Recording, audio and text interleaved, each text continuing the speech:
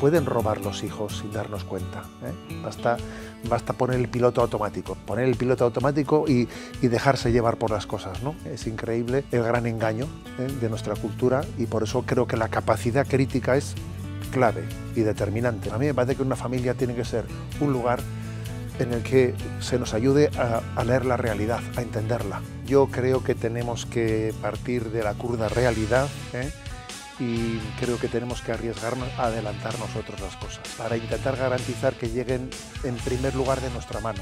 Y como no podemos tener a nuestros hijos aislados del mundo, porque eso no sería una buena educación tampoco, pues el modelo de una familia burbuja, ¿eh?, que pretende no tener lazos de relación con nadie para que así mis hijos no se contaminen, ni es posible ni sería bueno. Educar a los hijos es una llamada a la conversión. También creo que hay otra fórmula importante, ¿eh?, de que es el que nuestros hijos nos vean, claro, no perfectos, ¿no?, pero sí con capacidad de pedir perdón. Los tiempos difíciles, dieron a luz gente fuerte, como ella, como San Juan Pablo II, en fin. Y luego, ¿no?, decían, pero claro, la gente fuerte dio a luz tiempos buenos, tiempos de paz, de prosperidad, ¿no? Ahora, los tiempos buenos dieron a luz gente débil, ¿eh? Y la gente débil da a luz tiempos difíciles.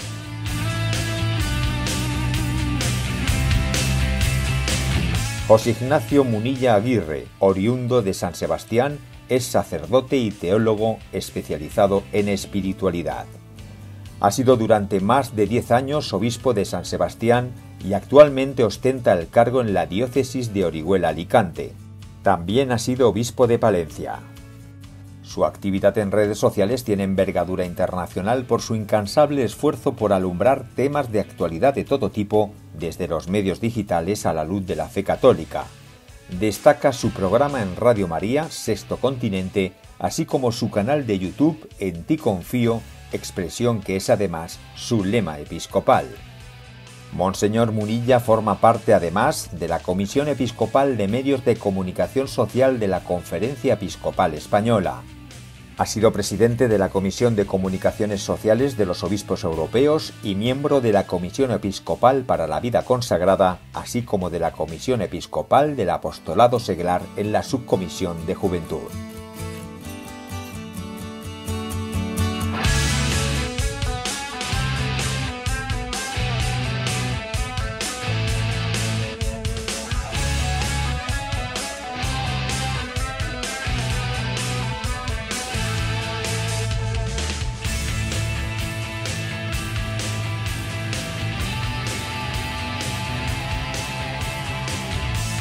Muy buenas, hoy tenemos el enorme privilegio de contar con Monseñor José Ignacio Munilla, sacerdote y teólogo y actualmente obispo de Orihuela-Alicante, en España, y ha sido durante muchos años también obispo de San Sebastián. Es un habitual de Radio María con su programa que muchos conocerán, Sexto Continente, en el que alumbra o trata de dar luz, y desde luego lo consigue, a numerosos temas de actualidad de diversa índole, y además cuenta con un canal en YouTube, En Ti Confío. Y bueno, pues nada, sin más dilación le saludamos y nada, un placer, un lujo y un honor, Monseñor. Lo primero que quería preguntarle, adentrándonos ya de lleno en la materia de la familia y la educación, hoy en día parece que hay muchas voces que nos animan a pensar, o que el entorno, las crisis que nos acechan o que nos rodean, a pensar que los padres nos movemos en un entorno hostil o difícil en cuanto a la educación de nuestros hijos, y quería preguntarle, por un lado, si eso usted cree que es así o nada nuevo bajo el sol, y por otro lado, cuáles son las herramientas o las armas con las que contaríamos como padres para hacer frente a las dificultades con las que nos podamos encontrar. Pues obviamente es así, o sea, no se pueden ocultar las dificultades, esas dificultades existen, ¿no? Yo cuando veo a las familias y veo el gran reto que tienen, ¿no?, para que los valores que transmiten a sus hijos se reciban en casa y no sea de una manera, ¿no?, pues que de repente, pero cuando quieres darte cuenta, resulta que ha sido el ambiente extra hogareño, ¿no?, el que realmente ha configurado la vida de los hijos. Es que eso es un gran reto, ¿no? Hay una frase de Chesterton que digo yo, si Chesterton viviese hoy en día, no sé si la diría con tanta facilidad, ¿no? Chesterton decía que una familia fuerte es como un Estado independiente que marca sus fronteras, ¿no? Pero digo, claro, pero pasados 80 o 90 años, ¿qué ocurre? Que esas fronteras son muy permeables, porque fijaros, porque resulta que la propia tecnología entra dentro, etcétera, ¿no? Con lo cual una familia que quiere marcar sus fronteras, pues para que sea el ambiente familiar el que configure nuestra vida y no sea pues influencias ajenas, no lo tiene tan fácil como cuando Chesterton pronunció esa frase.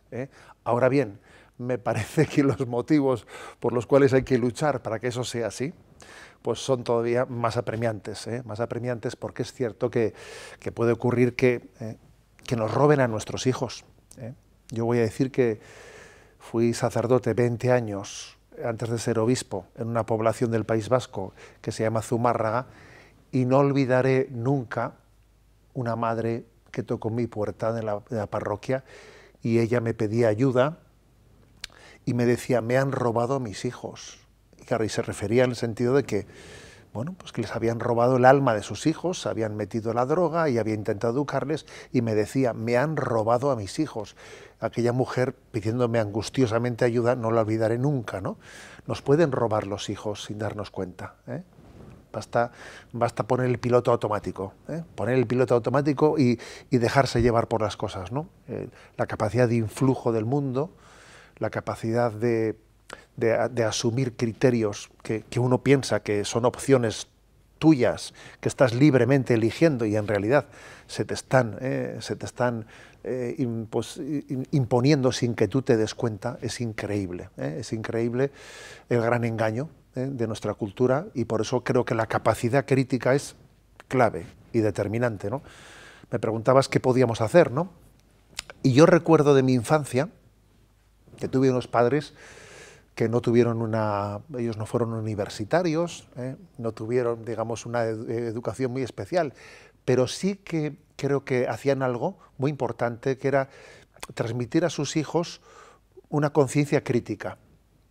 Una conciencia crítica. Yo recuerdo que nuestros padres, pues de vez en cuando nos sentábamos, teníamos una tertulia. En aquel tiempo, pues el movimiento terrorista ETA tenía mucha fuerza en el País Vasco, y claro, muchos de tus compañeros, pues iban por ese camino, tenían una visión idílica, ¿no?, de la ETA, como si eso fuese, pues, Asterix y Obelix y los romanos, o sea, una visión totalmente deformada, ¿no? Y nuestros padres nos transmitían, ¿no?, un espíritu crítico. Mira eso que ha ocurrido, mira esto, y entonces nos ayudaban a no sumarnos a la ideología dominante. Entonces a mí me parece que una familia tiene que ser un lugar en el que se nos ayude a leer la realidad, a entenderla, a entenderla. Antes hablabas de ese programa de Sexto, de Radio María, que se llama Sexto Continente, en el que de alguna manera también yo procuro hacer lo mismo, ¿no? O sea, como desde la doctrina social católica, desde la visión del Evangelio, hacemos una lectura de la realidad con un espíritu crítico, discerniendo, porque aquí o disciernes o de alguna manera te están arrastrando, ¿no? Entonces yo creo que una familia tiene que ser un lugar de discernimiento. Y obviamente una familia es un lugar en el que uno experimenta que donde realmente soy amado incondicionalmente es aquí, es en la familia, ¿no? Es en la familia. Y pienso además, pienso que por eso, precisamente porque soy amado incondicionalmente, es el único lugar donde verdaderamente se me confronta, se me corrige. Claro, porque, a ver, ¿en qué lugar hoy en día nos corregimos mutuamente?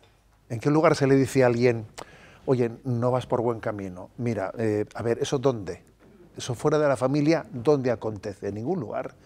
Por la sencilla razón de que no hay suficiente interés por una persona, porque no la quiero suficientemente, entonces no me mojo por ella, sencillamente no me implico, me voy a meter en un lío, si le corrijo. Eso ocurre en la familia porque nos importamos mutuamente, porque deseamos ser un estímulo unos para los otros, porque tiramos uno de otro para arriba. Fuera de la familia no nos corregimos, nos criticamos por la espalda. Es muy distinto, ¿no? Entonces, esas obras de misericordia que aprendimos en el catecismo de pequeño, ¿no? Corregir al que yerra, dar buen consejo al que lo necesita, sufrir con paciencia los defectos del prójimo. A ver, donde se cumplen es en la familia, es en la familia, las obras de misericordia. Que no quiere decir que no haya que intentarlas también trasladar, no más allá de la familia, pero donde de facto, ¿no?, tenemos esa experiencia de tener misericordia entre nosotros, de corregirnos, es en la familia. En el caso, lo que comenta de leer la realidad, ¿no?, ¿es mejor traer la realidad antes de que llegue por sorpresa y analizarla? ¿O es mejor poco a poco ir introduciendo a lo mejor un criterio de fondo que luego enseguida el niño sea capaz como de detectar, digamos, dónde está el bien y dónde está el mal, sin necesidad de... No sé si formulo bien la pregunta, pero un poco en una familia al final pues hay edades diferentes de los niños, ¿podemos preservar su inocencia hasta cierto punto y debemos hacerlo, o es mejor que sepan lo que hay y con lo que cuentan, aunque sea una cosa, aunque sea algo que preferiríamos que no conocieran en ciertas edades? Aunque te que les querramos proteger de eso a lo mejor, o... Yo creo que tenemos que partir de la cruda realidad, y creo que tenemos que arriesgarnos a adelantar nosotros las cosas, para intentar garantizar que lleguen en primer lugar de nuestra mano. Porque obviamente si han llegado primeramente de otro lugar ya han llegado contaminadas, y entonces nosotros vamos a tener que hacer un sobreesfuerzo en intentar pues reformular las cosas que fueron recibidas ya deformadas, ¿no? Yo creo que no tenemos que tener esa especie de escrúpulo. Me parece que hay que adelantarse porque estamos viendo de una manera increíble que incluso pues, el acceso a la pornografía, pues cada vez se están dando unos datos en los que está aconteciendo a edades increíbles, increíblemente adelantadas. Luego tenemos que tener una conciencia de que la crisis está tan extendida y está tan omnipresente que nuestros hijos se van a encontrar con ella en cualquier lugar, en cualquier esquina, y como no podemos tener a nuestros hijos aislados del mundo, porque eso no sería una buena educación tampoco, porque no sería una buena educación, pues el modelo de una familia burbuja, que pretende no tener lazos de relación con nadie para que así mis hijos no se contaminen, ni es posible, ni sería bueno. Entonces creo que por eso es tan importante que uno mire la vida y comparta con sus hijos esa capacidad crítica, y que les ayude a hacer una lectura de la realidad. Y esto en la lectura de la realidad como tal, pero la realidad de las pantallas, ahí sí que entiendo que los límites son diferentes de lo que les podamos poner en la vida real, que realmente son pocos porque es lo que es, ¿no? Pero cómo la familia puede protegerse esas fronteras que decía de esa invasión de las pantallas hasta cierto punto. A lo mejor es algo muy práctico, ¿no?, como pregunta, pero... Si me permites un recuerdo de infancia, me acuerdo que en aquellos tiempos, ¿no?, en los que en España, yo era un niño, yo creo que en aquel tiempo pues, habría una única televisión en España, y me acuerdo que estábamos viendo pues una película de indios y vaqueros, y en ese momento en el que ya los vaqueros estaban ya venciendo y ahí iban ahí disparando y caían los indios unos detrás de otros y nosotros pegábamos botes de alegría en el sillón, me acordaré siempre que vino nuestro padre y nos dijo, esos indios también tienen mamá. Y me quedé impactado del comentario, ¿no?, del comentario de mi padre, porque me hizo ver pues una realidad diciendo, oye, pues es verdad, la realidad es compleja. Aquel comentario que a mí se me ha quedado como muy grabado, yo creo que es indicativo de cómo también, pues sí, en la pantalla hay una simplificación de la realidad, un simplismo. En la pantalla quiere llevarte a que este sea el bueno y este sea el malo. Y bueno, y todavía si hay unos dibujos animados en los que está bastante claramente marcada la frontera, ¿no?, de moral, pero hoy en día las cosas se caracterizan precisamente porque se nos ofrecen unos productos culturales en los que no se sabe exactamente cuál es la frontera del bien y el mal, ¿no?, y está verdaderamente camuflada, ¿no?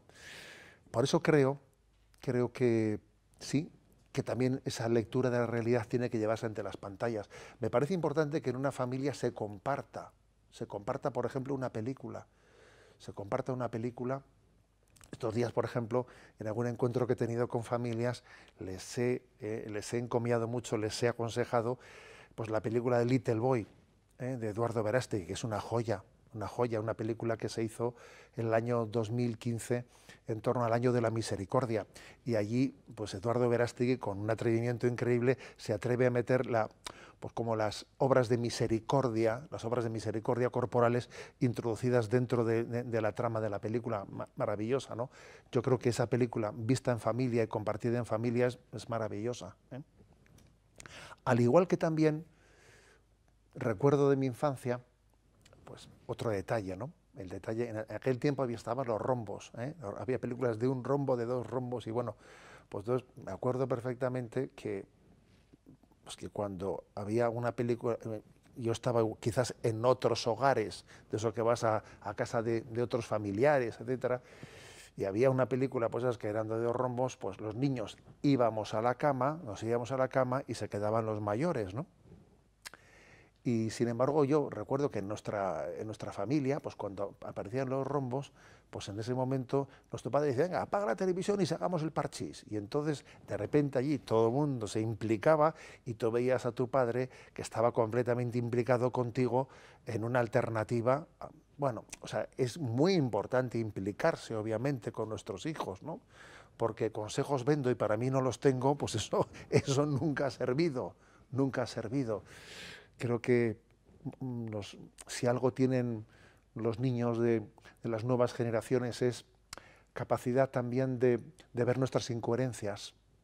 Los niños tienen un ojo avizor para ver nuestras incoherencias, ¿no? Claro, precisamente eso lo quería preguntar, que nosotros nos planteamos como referente de nuestros hijos en lo que usted comentaba del criterio, pero ellos ven también que nuestros defectos, por dónde flaqueamos, ¿no?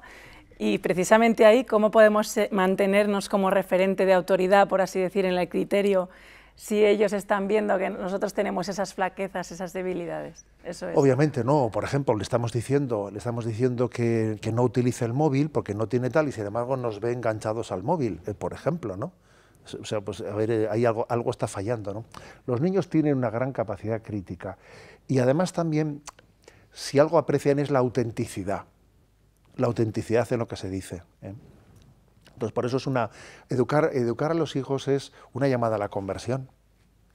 Educar a nuestros hijos es una llamada a la conversión. También creo que hay otra fórmula importante, ¿eh? Otro elemento importante, que es el que nuestros hijos nos vean, claro, no perfectos, ¿no? Pero sí con capacidad de pedir perdón. Y sí con capacidad de que, vean, mis padres no serán perfectos, pero tienen el deseo de santidad. Tienen el deseo de santidad y piden perdón cuando algo ha salido mal, y cuando uno ha perdido los nervios, piden perdón. Pedir perdón ante unos hijos puede ser algo que nos dé una autoridad moral y que nos dé una autenticidad en las cosas que les digamos grandísima. Ese es un elemento también a tener en cuenta, ¿no? Ojalá nosotros pudiésemos ser más santos que lo que somos de cara a la educación de nuestros hijos, ¿no? Pero mientras que ese don lo recibamos, la petición de perdón es importantísima. Y quería hacerle dos preguntas, una en relación con la familia y otra en relación con el sentido crítico. Antes de irme del tema del todo, el riesgo del sentido crítico a veces puede ser que nuestros hijos se vuelvan excesivamente críticos o criticones, por así decirlo, ¿no? Que en todo vean al final esa parte negativa o esa amenaza, por así decir. Entonces, ¿cómo encontrar ese equilibrio en que realmente sean capaces de ver las cosas, la realidad, como usted dice, con sentido crítico y no caer en eso? Yo creo que hay una clave en el cristianismo, que es la clave de distinguir el juicio sobre los hechos del juicio a las personas. Yo creo que el Evangelio, si algo nos enseña, es a no juzgar a las personas. a entender que existen circunstancias completamente diversas entre nosotros y que por lo tanto cada uno tiene que responder desde los talentos que ha recibido y quién soy yo para juzgar el grado de culpabilidad que pueda tener alguien, ¿no? Ahora bien, hacer esta afirmación y como si de esta afirmación se derivase que entonces no existe capacidad de juicio crítico ético es un problema, eso es una equivocación, ¿eh? O sea, creo que distinguir una cosa de la otra, distinguir la dureza de corazón hacia el prójimo, en la cual jamás debemos de caer, de la falta de criterio, sobre la verdad, la falsedad o la bondad o la maldad de las obras objetivas, hay que saber distinguir ambas cosas. Entonces yo creo que una capacidad crítica en absoluto tiene que traducirse en ser un criticón o en ser alguien que mire a los demás por encima del hombro, sino que tenemos que integrarla con la misericordia. Verdad y misericordia tienen que ser integradas. Verdad y misericordia. Yo creo que un error de nuestros tiempos, de nuestra cultura, es contraponer ambas cosas. Porque entonces parece que si la verdad y la caridad son dos cosas contrapuestas, pues solamente hay dos opciones, ¿no? La opción de aquel que en nombre de la verdad, ¿no?, en nombre de la verdad, se considera con derecho de mirar por el hombro, por encima del hombro a todos los demás y de despreciar a los demás, ¿no? O la opción de aquel que en nombre de la caridad, en nombre de la caridad y en nombre de que todo el mundo bueno, no tiene capacidad crítica y no es capaz de distinguir el bien y el mal. Son dos errores de polo opuesto. Quizás estamos más, en este momento, ¿no?, estamos más cerca del segundo que del primero, porque creo que estamos en ese riesgo en el que en el binomio verdad-caridad, pues digamos la parte fea, antipática de ese binomio sabemos cuál es, la verdad. En ese binomio, claramente, en el binomio verdad-caridad, ¿cuál es el feo de la película? Pues la verdad. Lo que hoy en día es más fácil es que en nombre de la caridad, en nombre de una falsa misericordia, pues uno pues le dé todo igual, y obviamente pues eso es una deformación de la misericordia, una deforma. Parece que misericordia es, bueno, no pasa nada, Dios es misericordioso. A ver, no confundamos la misericordia con el relativismo, Entonces, qué importante es que en nuestra educación ese binomio entre verdad y caridad, justicia y misericordia, sepamos integrarlo, ¿no? Es un binomio que tiene que estar nunca contrapuesto, sino siempre buscando la integración. Corremos un poco los padres de hoy el riesgo de caer en ese relativismo, incluso teniendo muy claro dónde está el bien y la verdad. Corremos ese riesgo en el entorno social, a lo mejor, o usted habla mucho de las filosofías New Age, de las espiritualidades orientales y lo que esto supone, ¿no?, para el alma de un católico. Y tenemos a veces ese punto de caer ahí en el que da igual esto que lo otro. Sin duda alguna, hoy en día existe el riesgo de que el referente moral sea el del entorno. A ver, sea el del entorno. Entonces, claro que existe ese riesgo, el riesgo de que sea lo políticamente correcto lo que nos configure. Volviendo a Chesterton, decía él en otra de sus genialidades, ¿no?, decía él que el cristianismo es el que nos libera de ser esclavos de un contexto determinado, de un lugar determinado, de una cultura, de un tiempo. O sea, a ver, el cristianismo es aquel que nos da un criterio independientemente de que me estén educando en este sitio o en otro, o que yo haya nacido hace 30 años o haya nacido ahora. Es que hay un criterio ético, un criterio moral, un criterio espiritual que no puede depender de las personas que tenga en mi entorno, no puede depender de que yo haya nacido hace 30 años o haya nacido ahora, ¿no? Entonces, por eso creo que es tan importante tener una referencia. Para nosotros la referencia, obviamente, pues es el Evangelio y es el magisterio que de alguna manera nos custodia la revelación de Jesucristo, ¿no?, que es el que nos permite tener pues un criterio ético más allá de que mi entorno, ojalá mi entorno sea un entorno que me ayude, ¿no? O a veces hay entornos muy complicados en los que uno se ve un tanto solo un tanto solo, pero tiene que tener la capacidad de no acomplejarse. Ahí también le quería preguntar, a veces también nos puede dar miedo o respeto o pensar que no es necesario meter a nuestros hijos en determinados líos, ¿no? Y que mejor que se callen y tiren para adelante, por así decir, o sea, que a lo mejor no vemos necesario que nuestros hijos tengan que enfrentarse con ciertos temas o con la defensa de ciertas verdades o de la verdad en mayúsculas, ¿no? Y eso también es una amenaza, ¿no? Entiendo, para la educación de nuestros hijos. A ver, sí, porque obviamente o sea, un hijo en su inmadurez, porque es que es inmaduro pues por definición, porque tiene que ir madurando, claro, es mucho pedirle pues que él, en solitario y contra todo un ambiente, ¿no? Pues sea él capaz de afirmarse, sin que le influya para nada. Pues por eso es tan importante que una familia haga una apuesta que es sacrificada para encontrarse con otras familias de ámbito cristiano, para que se le abra una expectativa a esos hijos a la medida que van creciendo, porque asistimos a un retiro de matrimonios, asistimos a un encuentro, y esos hijos pues, se van encontrando con que hay otras familias que tienen criterios similares, que van pensando en conjunto. Eso supone que se desacomplejan, que no me siento un rarito, que no me siento alguien raro, que me desacomplejo. Ese encuentro, que en el fondo pues es lo que San Juan Pablo II también, yo creo que tenía en mente cuando puso en marcha las Jornadas Mundiales de la Juventud, es que es importante el encuentro de un joven cristiano en nuestro contexto con otros jóvenes para superar también pues el influjo de la mundanidad que está en su entorno, ¿no? Entonces yo sé que una familia cuando llega el fin de semana pues es que lo que le apetece es no moverse porque tú fíjate, ¿no?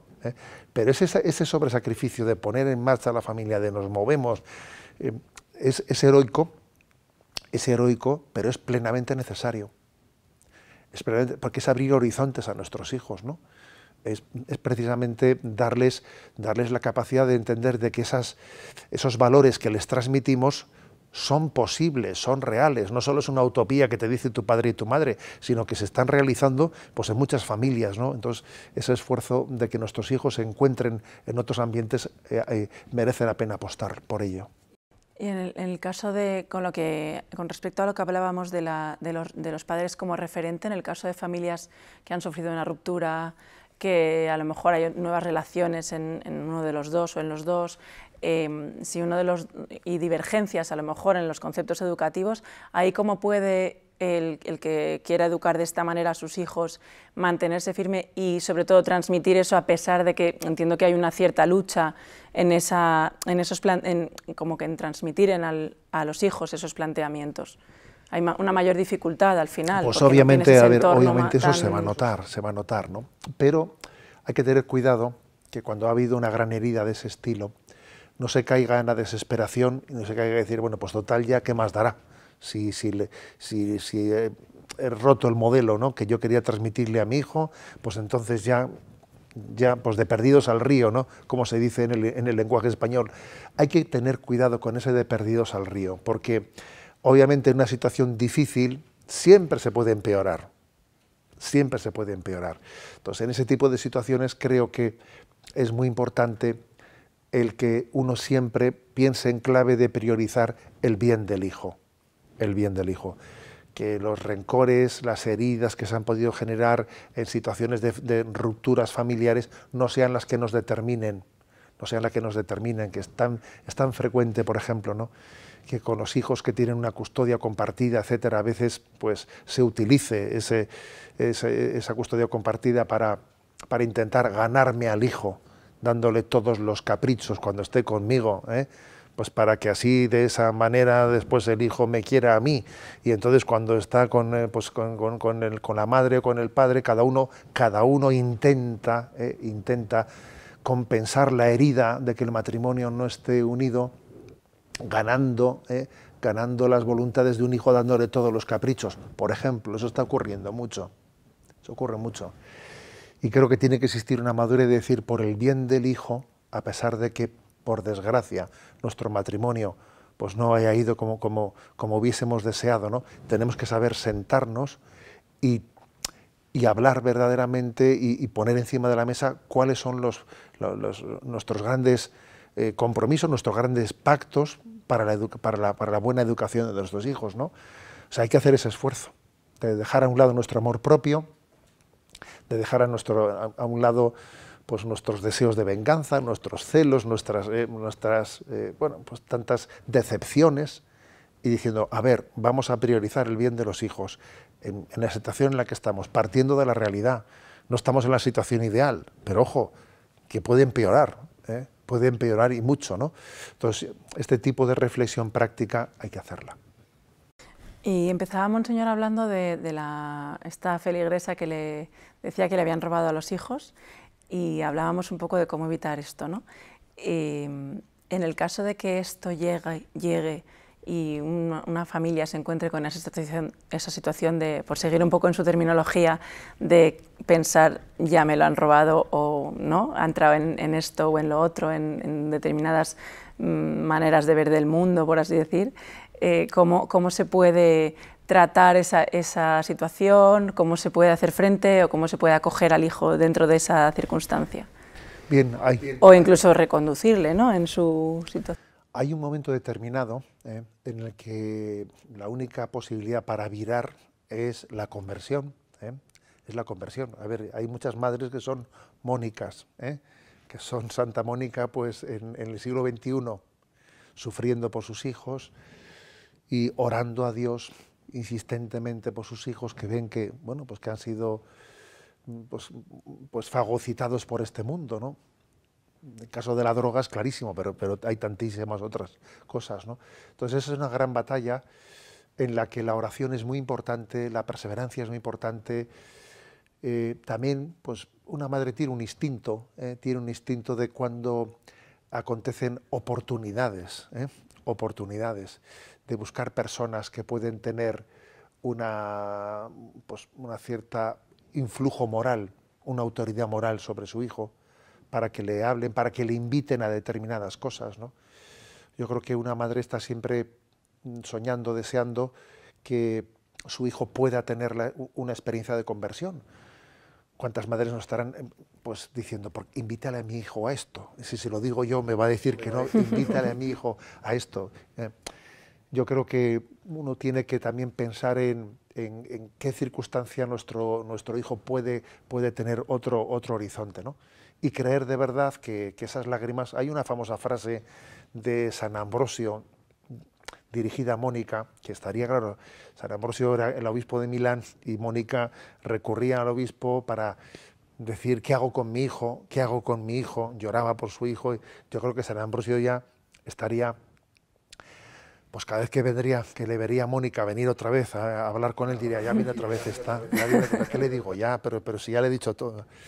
Y en una de esas que Mónica fue de nuevo, ¿no?, ante San Ambrosio a pedirle, ¿no?, un consejo para su hijo, pues se ha recogido una frase de San Ambrosio que es impresionante, ¿no?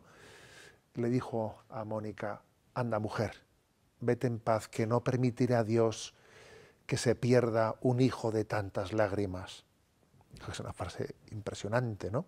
Impresionante. Creo que también a veces cuando los hijos ven que sus padres sufren, a ver, es una llamada a la conversión a un hijo, Cuando un hijo ve que quien más me quiere en este mundo está sufriendo por mí, a ver, es una llamada a la conversión. Dios se servirá de ella. También cuando llegue el momento de gracia, porque esto es una cosa, que hay un momento de gracia que tienen las personas que uno no controla. O sea, Dios en un momento determinado pues puede vencer una resistencia que durante mucho tiempo se ha prolongado y llega el momento de gracia y se derriba, ¿no? Pero sí, creo que la perseverancia es muy importante, ¿no? Cuando uno ve que a nuestros hijos nos los roban, pero no tiramos la toalla y seguimos teniendo esperanza. Y uno dice, yo no cejaré nunca de pedirle a Dios y de poner todos los medios, ¿no?, pues para que mis hijos encuentren el camino de Dios, ¿no? Y nunca me conformaré con decir, si los hay peores. No me conformaré con eso. Porque uno puede tener esa tentación. Bueno, ¿para qué voy a estar todo el día, toda la vida sufriendo? Pues no, Señor, sufriré, porque puestos a sufrir, vamos a sufrir por lo que merece la pena. Hay gente que sufre por tonterías. Bueno, pues puestos a sufrir, suframos pues por el bien de nuestros hijos, ¿no? Que será, ese sufrimiento también será verdaderamente orientador para esos hijos, ¿no? Para que llegue el momento de gracia y entiendan, ¿no? Pues que lo que en la familia le han transmitido es su verdadero bien, ¿eh?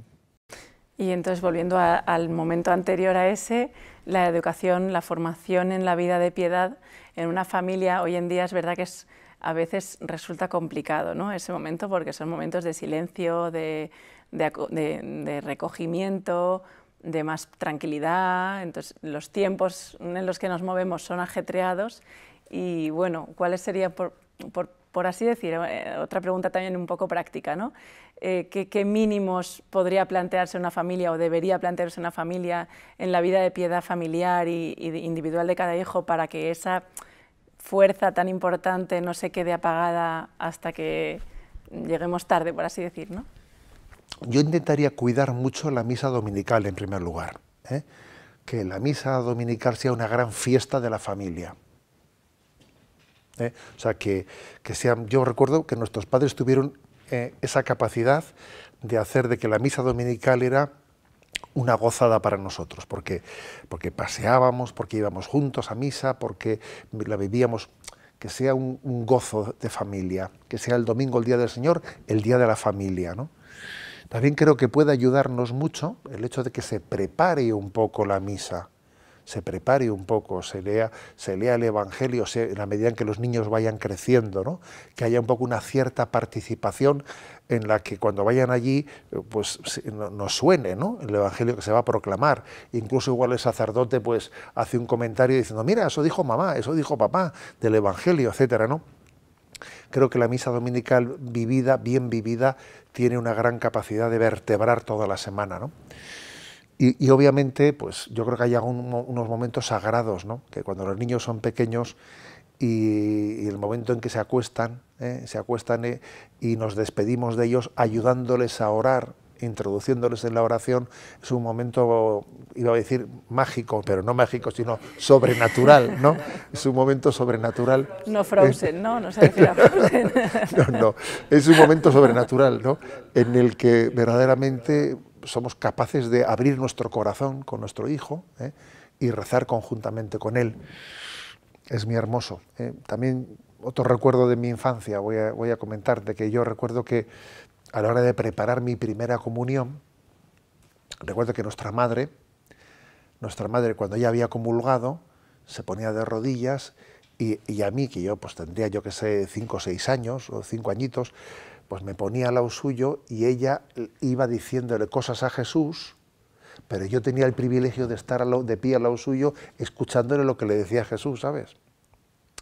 A ver, era un momento de gran transmisión, porque tu madre estaba hablando con Jesús, había comulgado, y tú estabas escuchando, era como si tuvieses el privilegio de tú estar asistiendo a ese momento, ¿no?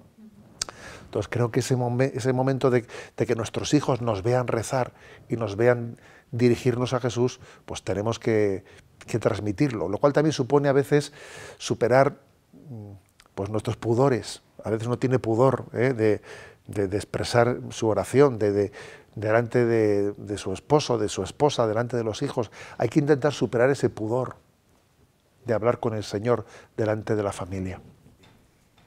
Y volviendo al inicio que hablábamos de que sí realmente son tiempos hostiles para la familia, ¿no? También nos encontramos en tiempos de crisis en muchos aspectos. Estamos en un medio que precisamente es medio económico y hablamos mucho de toda la crisis geopolítica, económica. Y hace poco le escuchaba decir esta frase de los tiempos duros generan personas fuertes. Bueno, esto se lo dejo para usted, toda la frase, pero el tema de la fortaleza, de la importancia de la fortaleza hoy en día en momentos que vivimos que los tiempos son difíciles, pero nuestros hijos parecen tener todo bastante fácil, ¿cómo podemos como inculcar a ellos esa virtud tan importante que en el fondo es tan difícil porque todo está muy al alcance de la mano? Es importante, ¿no? Es importante el que dentro de la educación que hagamos también haya una educación en la que integremos un cierto sacrificio, una cierta mortificación, una cierta renuncia a nuestro gusto. Sí, esa frase a la que te refieres yo la prediqué en el funeral de nuestra madre, que falleció hace 3 años y medio así. Y claro, nuestra madre, que murió con 90 años, pues era una mujer de una generación fuerte que había, fíjate, pues vivido la Guerra Civil Española, que había pues tenido todo ese sacrificio de reconstrucción, que había vivido desde la persecución religiosa siendo pequeñita a salir del hambre, etcétera, ¿no? Entonces, claro, aquella expresión que está tomada de un autor norteamericano dice, ¿no? Los tiempos difíciles dieron a luz gente fuerte, como ella, como San Juan Pablo II, en fin. Y luego, ¿no? Decía, pero claro, la gente fuerte dio a luz tiempos buenos, tiempos de paz, de prosperidad, ¿no? Ahora, los tiempos buenos dieron a luz gente débil, y la gente débil da a luz tiempos difíciles. Tiempos difíciles, entonces, claro, parece que se cierra el ciclo, ¿no? Y entonces dice uno, ¿qué tiene que haber? Y para volver a empezar el ciclo, ¿qué tiene que pasar? ¿Tiene que haber otra guerra o qué? Otra guerra, ¿no? Que no lo quiera Dios, ¿no? Pero sí es cierto que para volver a empezar el ciclo tiene que haber una educación en la que sepamos sacrificarnos. Por ejemplo, yo creo que hay dos elementos muy sencillitos para sacrificarse. Uno es el de la comida, aprender a comer de todo, no me gusta, no me gusta, si me gusta, que eso es... Y otro también es por ejemplo, es la mortificación de no dejarnos llevar pues, por todos los caprichos tecnológicos, que ahora cojo el móvil, saber también prescindir de todas las tentaciones tecnológicas. Yo creo que ya son dos elementos bien concretitos, bien concretos. Superar nuestra tendencia caprichosa en la comida. Superar también esa adicción, esa dependencia de la tecnología, ¿no? Pues me parece que es una manera de ir educando con capacidad de renuncia, con capacidad en la que uno sea educado en ceder siempre pues, el lugar más cómodo a otro, O sea, que sea algo como natural, algo como natural el que uno pues, sepa siempre elegir el último puesto. Esa educación a la renuncia es importantísima para no dejarnos arrastrar por una sociedad del bienestar en la que al final estamos atrapados por el hedonismo, ¿no? El máximo placer con el mínimo esfuerzo, que nos hace facilísimamente manipulables. Lo que pasa es que en el entorno educativo hay actualmente podríamos diría yo, que quizá la corriente más imperante es la que nos anima a que nuestros hijos sufran lo mínimo posible. Incluso en los términos propiamente educativos se plantea mucho como el alcanzar un objetivo o que el niño haga lo que esperamos que haga, lavarse los dientes, ducharse o cuando son más mayores pues su estudio, siempre desde un punto de vista de disfrute o de que eso se convierta en un juego o en una actividad agradable, ¿no?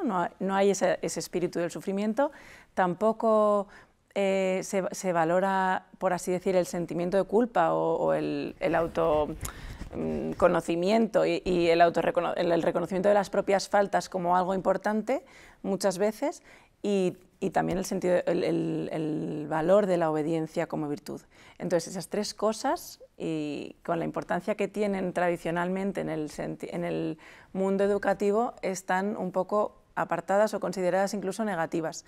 ¿En qué posición se pondría usted de las tres? Bueno, la del sacrificio ya está vista, pero... Yo recuerdo que cuando vi aquella película famosa del Club de los Poetas Muertos, si recuerdas, aquella película que planteaba una especie de déjate llevar por la espontaneidad, O sea, la pedagogía consiste en que sea tu primer impulso el que consideres el bueno, O sea, el carpe diem, ¿no? Al extremo. O sea, al extremo, ¿no? O sea, tú déjate llevar, ¿no? La espontaneidad, no seamos represores, la espontaneidad. A ver, yo cuando vi aquella película dije, madre mía la que nos viene, porque si esto va a ser, ¿no? el punto de partida, pues claro, va a tener muchas consecuencias, como obviamente ha ocurrido.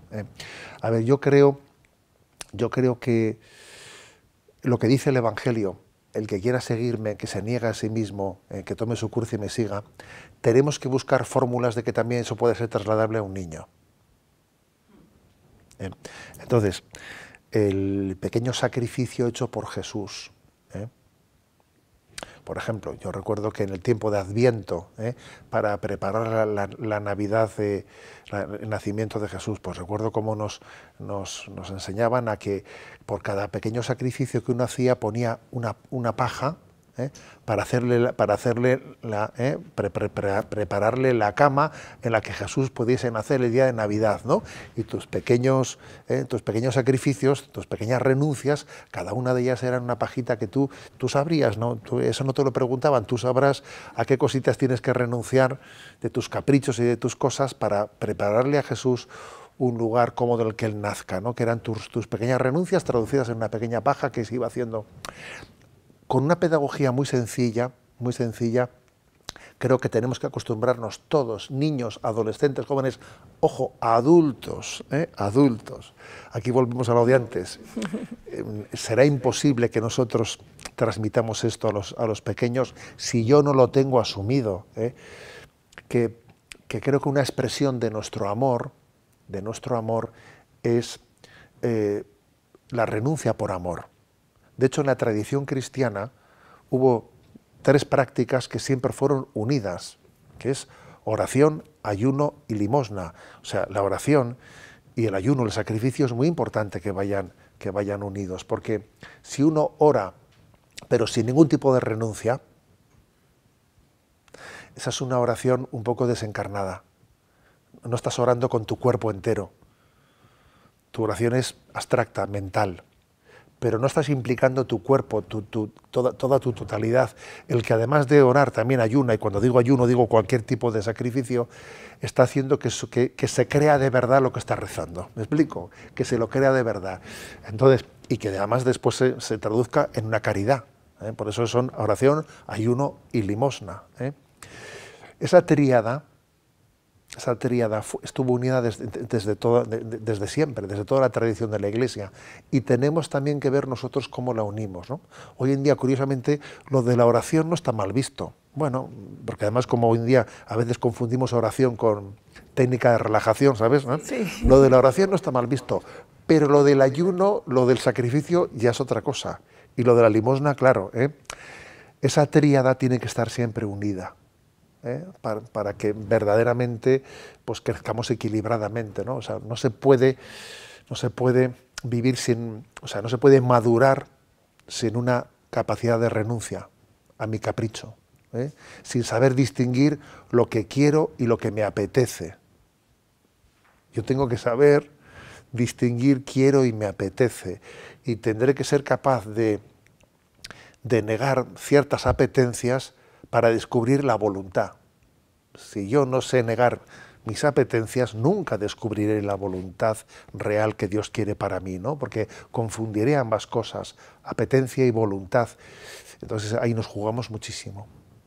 Y por último la limosna, ya que la ha mencionado, a veces podemos pensar que también es necesario, evidentemente, salir hacia afuera a ayudar al prójimo, pero yo creo que lo que más cuesta a los hijos al final es lo de dentro, ¿no? El llevarse bien con su hermano y sonreírle, porque es mucho más, hay más confianza, ¿no? Al final, ¿cómo podemos transmitirles ese mensaje de la caridad no solo en el entorno más amplio, sino en ese estricto en el que vas en el coche y no me da la gana de que me roces un pelo, o cualquier ejemplo, ¿no? Lo que usted comentaba, pues del sitio más incómodo cuando estás viendo una peli o estamos comiendo y voy corriendo a por lo que queda, que aquí si no se acaba. A ver, la verdad es que está muy ligado esa caridad a la renuncia, está totalmente ligado. Los mismos ejemplos que acabas de poner, claro, son los 3 pasos, oración, ayuno y limosna, están muy ligados. En realidad, la verdadera caridad es la que nace no de dar lo que me sobra, sino la que tiene una cierta renuncia de sí mismo para poder darlo, ¿no? Lo otro, de lo contrario, no es caridad. Una caridad que no vaya ligada a la renuncia, en el fondo, pues es que es pues incluso hasta quedar bien, quedar bien. Creo que tenemos que entender que cuando se ama, que cuando verdaderamente amamos a una persona, tenemos que estar dispuestos, ¿no?, pues de alguna manera, pues a morir a nosotros mismos, a nuestro egoísmo, ¿eh? Porque es imposible. En una familia el egoísmo es dramático el egoísmo, porque es totalmente contrario a la vida familiar. Por otra parte, es muy habitual, ¿no?, que en la familia se vean los egoísmos, ya, pero no tenemos que acostumbrarnos a ellos, porque en el fondo es verdaderamente contrario a la esencia de la familia. La familia, por su propia esencia, es comunión, ¿eh? Entonces, yo creo que tiene que haber siempre, ¿no?, una conciencia de que yo tengo que vivir siempre luchando contra los egoísmos, contra el yo-yo y yo-yo, ¿no? La familia nos quiere cambiar, ¿no?, hasta la conjugación verbal, y quiere que empecemos a hablar en primera persona del plural. Nosotros, ¿no? Nosotros, ¿eh? Es como pasar del yo al nosotros, y eso es un tránsito que es potente, ¿eh? Que es potente el tránsito del yo al nosotros, pero es hermosísimo, porque lo que más identifica nuestra dignidad no es el yo, es el nosotros, es la comunión. Lo que más dignifica al hombre no es su autonomía, ¿eh?, como hoy en día está de moda, ¿no? Pues yo tengo derecho a la autodeterminación de todo. No, lo que más dignifica a la persona es la comunión, no la autonomía, ¿eh? Y eso, bueno, pues con pedagogía, con paciencia, pero ese pasar del yo a nosotros es todo un reto. En el matrimonio también, por cierto. En el matrimonio también, no hablemos solo de los niños, ¿eh? En el matrimonio, en la familia, ¿no? Pero Dios nos dará la gracia, ¿no?, de ir caminando hacia ese nosotros y de saber que es una bendición, ¿eh?, el que Dios nos haya creado en familia y que seamos un nosotros como Dios también es un nosotros, ¿eh?, Padre, Hijo y Espíritu Santo. Y esto me llevaría a la conclusión, que es un poco, ya habría respondido usted a la pregunta, pero bueno, por incidir un poco, los padres que buscamos, los padres de hoy, diríamos que yo creo que cualquier padre que le pregunten qué es lo que quieres para tu hijo, qué es lo que buscas en la educación de tus hijos, al final lo que queremos es que nuestros hijos sean felices. Y bueno, pues ya más o menos está todo contestado, pero por hacer una conclusión un poco más concreta, claro, de la felicidad en sí de nuestros hijos, lo que hay que ¿dónde la pueden encontrar? Tener mucho cuidado es no identificar felicidad con facilidad, ¿eh? O sea, es decir, yo creo que, a ver, al final, la felicidad, yo tuve el regalo de Dios de escribir hace 3 o 4 años un libro que tenía como título Dios te quiere feliz. Bien, ¿por qué se me ocurrió ponerle ese título? Dios te quiere feliz, ¿no? Es lo mismo decir Dios quiere que seas santo. Es que la santidad y la felicidad es lo mismo. Pasa que nosotros cuando decimos, ¿no?, es que Dios quiere que seamos buenos, parece que es algo que del cual Él saca un provecho. A ver, cuando Dios nos llama a la santidad, nos está dando el don de la felicidad. Santidad y felicidad son la misma cosa, pero vista desde 2 ángulos, ¿eh? Pero es la misma realidad, ¿no? Por eso creo que claro que queremos que nuestros hijos sean felices, pero es que la única forma es que sean santos. La santidad es la felicidad, ¿eh? No existe una felicidad sin santidad, no existe, ¿eh? Eso es un espejismo, ¿no? Un espejismo. Si nos convenciésemos de eso, la vida sería distinta, ¿no? Bueno, la vida es lucha, ¿no? Sobre todo por todo lo que nos ha dicho, desde luego para los padres, sin ninguna duda. Sí. Y con todo esto, pues ya tenemos material para ponernos manos a la obra. Muy bien. Así que muchísimas gracias, Monseñor. Ha sido un verdadero honor poder escucharle así en primera persona y espero que sea también muy fructuoso todo para nuestros oyentes, bueno, para nuestros televidentes. Pues encantado y os felicito de que tengáis también un espacio como este, en el que en la televisión, pues, en la que se habla de negocios, se entienda que el mayor negocio que llevamos entre manos es la familia, ¿eh? Muchas gracias. Muy bien. Gracias.